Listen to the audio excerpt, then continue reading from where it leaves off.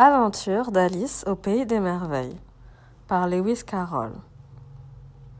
Chapitre 1er. Au fond du terrier. Alice, assise auprès de sa sœur sur le gazon, commençait à s'ennuyer de rester là à ne rien faire. Une ou deux fois, elle avait jeté les yeux sur le livre que lisait sa sœur. Mais quoi ? Pas d'image ? Pas de dialogue ? La belle avance, pensait Alice. Qu'un livre sans images, sans causerie. Elle s'était mise à réfléchir, tant bien que mal, car la chaleur du jour l'endormait et la rendait lourde. Se demandait si le plaisir de faire une couronne de marguerites valait bien la peine de se lever et de cueillir les fleurs, quand tout à coup, un lapin blanc, aux yeux roses, passa près d'elle. Il n'y avait rien là de bien étonnant, et Alice ne trouva même pas très extraordinaire d'entendre parler le lapin, qui se disait « Ah, j'arrive trop tard !» En y songeant après, il lui sembla bien qu'elle aurait dû s'en étonner. Mais, sur le moment, cela lui avait paru tout naturel. Cependant, quand le lapin vint à tirer une montre de son gousset, la regarda, puis se prit à courir de plus belle, Alice sauta sur ses pieds, frappée de cette idée que, jamais, elle n'avait vu de lapin avec un gousset et une montre. Entraînée par la curiosité, elle s'élança sur ses traces à travers le champ et arriva tout juste à temps pour le voir disparaître dans un large trou au pied d'une haie. Un instant après, Alice était à la poursuite du lapin dans le terrier, sans songer comment elle en sortirait. Pendant un bout de chemin, le trot allait tout droit, comme un tunnel. Puis tout à coup, il plongeait perpendiculairement d'une façon si brusque qu'Alice se sentit tomber comme dans un puits d'une grande profondeur avant même d'avoir pensé à se retenir. De deux choses l'une. Ou le puits était vraiment bien profond, ou elle tombait bien doucement, car elle eut tout le loisir, dans sa chute, de regarder autour d'elle et de se demander avec étonnement ce qu'elle allait devenir. D'abord, elle regarda dans le fond du trou pour savoir où elle était. Mais il faisait bien trop sombre pour y rien voir.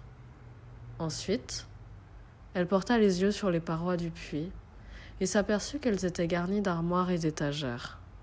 Ça et là, elle vit, pendues à des clous, des cartes géographiques et des images. En passant, elle prit sur un rayon un pot de confiture portant cette étiquette. Marmelade d'orange.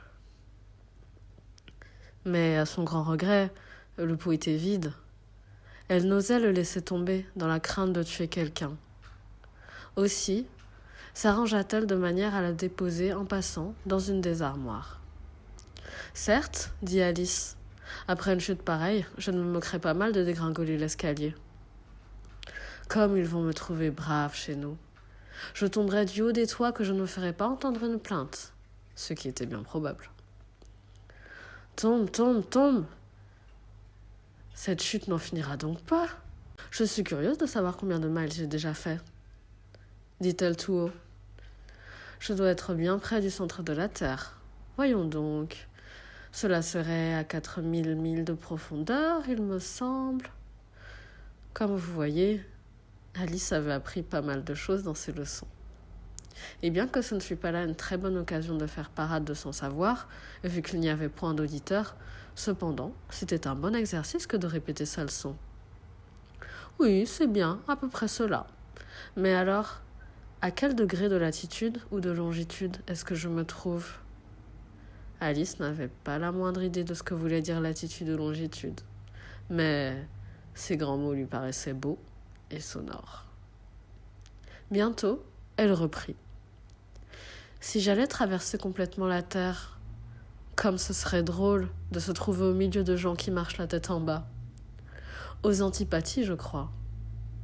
Elle n'était pas fâchée, cette fois, qu'il n'y eût personne là pour l'entendre, car ce mot ne lui faisait pas l'effet d'être bien juste. « Eh mais, j'aurais alors demandé le nom du pays ? » ?»« Pardon, madame, est-ce ici la Nouvelle-Zélande ou l'Australie ?» En même temps, elle essaya de faire la révérence. Quelle idée, faire la référence en l'air. Dites-moi un peu, comment vous y prendriez-vous ? Quelle petite ignorante, pensera la dame, quand je lui ferai cette question. Non, il ne faut pas demander cela. Peut-être le verrai-je écrit quelque part.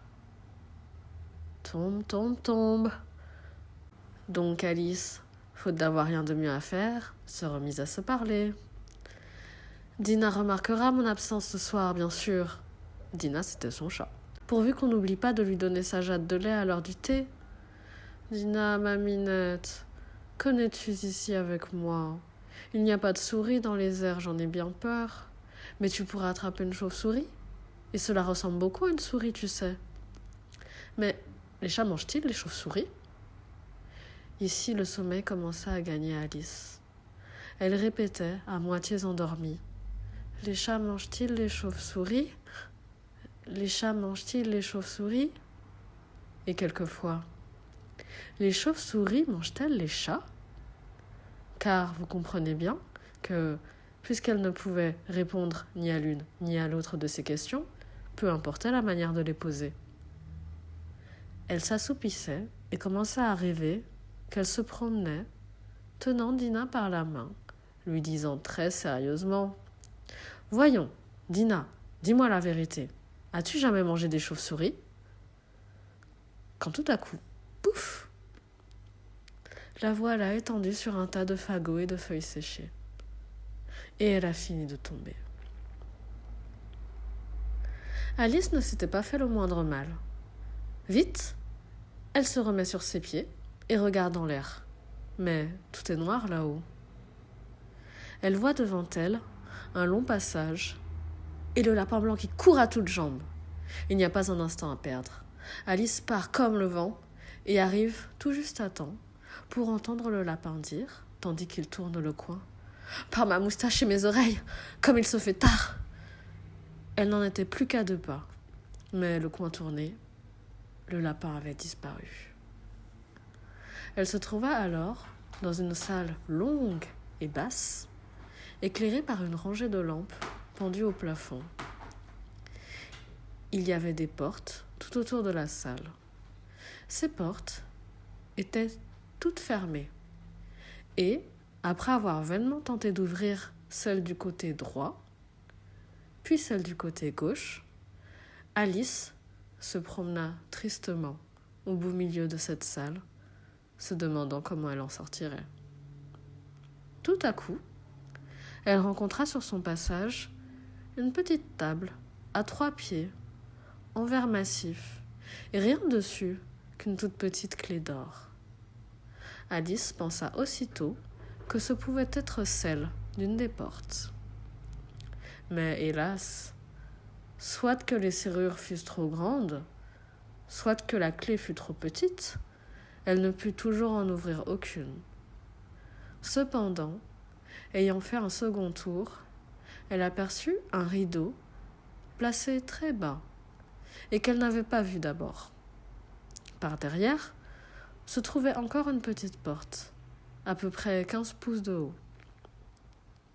Elle essaya la petite clé d'or à la serrure et, à sa grande joie, il se trouva qu'elle y allait à merveille. Alice ouvrit la porte. Elle vit qu'elle conduisait dans un étroit passage, à peine plus large qu'un trou à rats. Elle s'agenouilla et, jetant les yeux le long du passage, découvrit le plus ravissant jardin du monde. Oh, qu'il lui tardait de sortir de cette salle ténébreuse et d'errer au milieu de ces carrés de fleurs brillantes, de ces fraîches fontaines. Mais sa tête ne pouvait même pas passer la porte. Et quand même sa tête y passerait, pensait Alice. À quoi cela servirait-il sans mes épaules ?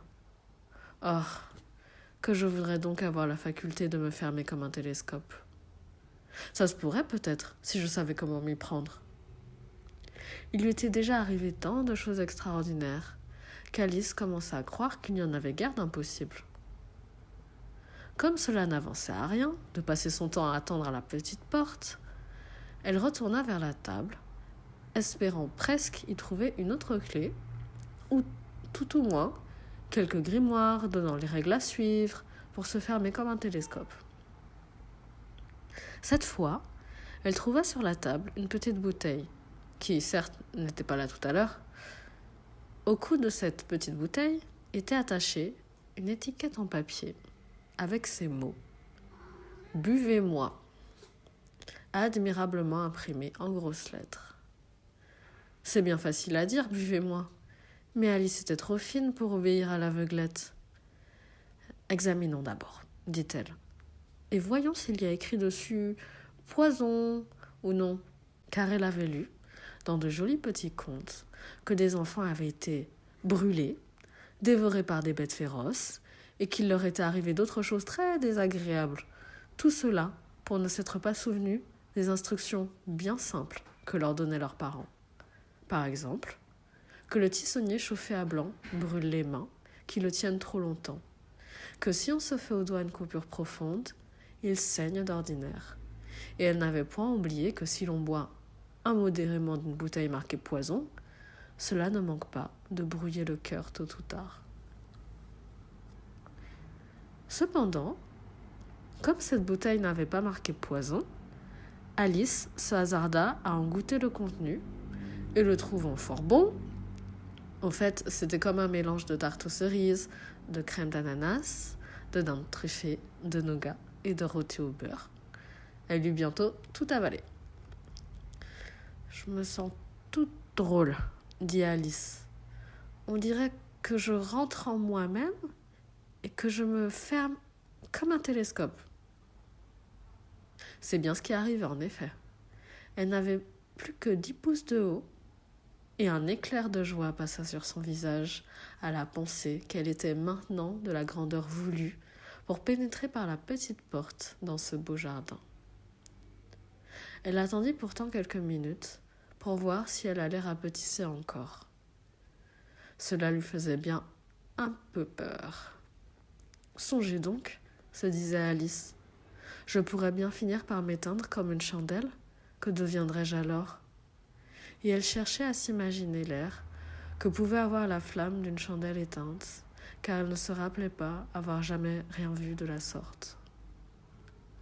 Un moment après, voyant qu'il ne se passait plus rien, elle se décida à aller de suite au jardin.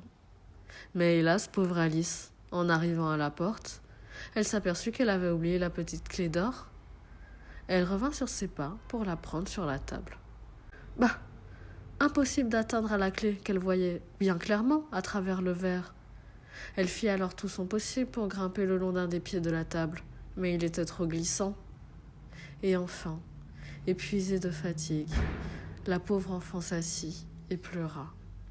« Allons, à quoi bon pleurer ainsi ?» se dit Alice vivement. « Je vous conseille, mademoiselle, de cesser tout de suite. » Elle avait pour habitude de se donner de très bons conseils, bien qu'elle les suivît rarement, et quelquefois, elle se grondait si fort que les larmes lui en venaient aux yeux. Une fois même, elle s'était donné des tapes pour avoir triché dans une partie de croquettes qu'elle jouait toute seule. Car cet étrange enfant aimait beaucoup à faire de personnages. Mais, pensa la pauvre Alice, il n'y a plus moyen de faire de personnages à présent qu'il me reste à peine de quoi en faire un. Elle aperçut alors une petite boîte en verre qui était sous la table, l'ouvrit et y trouva un tout petit gâteau sur lequel les mots « Mangez-moi » étaient admirablement tracés avec des raisins de Corinthe.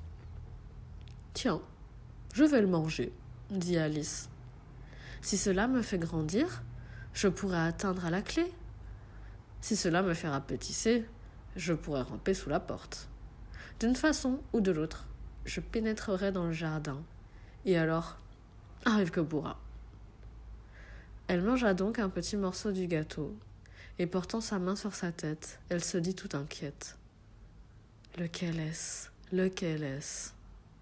Elle voulait savoir si elle grandissait ou rapetissait, et fut tout étonnée de rester la même, Franchement, c'est ce qui arrive le plus souvent lorsqu'on mange des gâteaux. Mais Alice avait tellement pris l'habitude de s'attendre à des choses extraordinaires que cela lui paraissait ennuyeux et stupide de vivre comme tout le monde.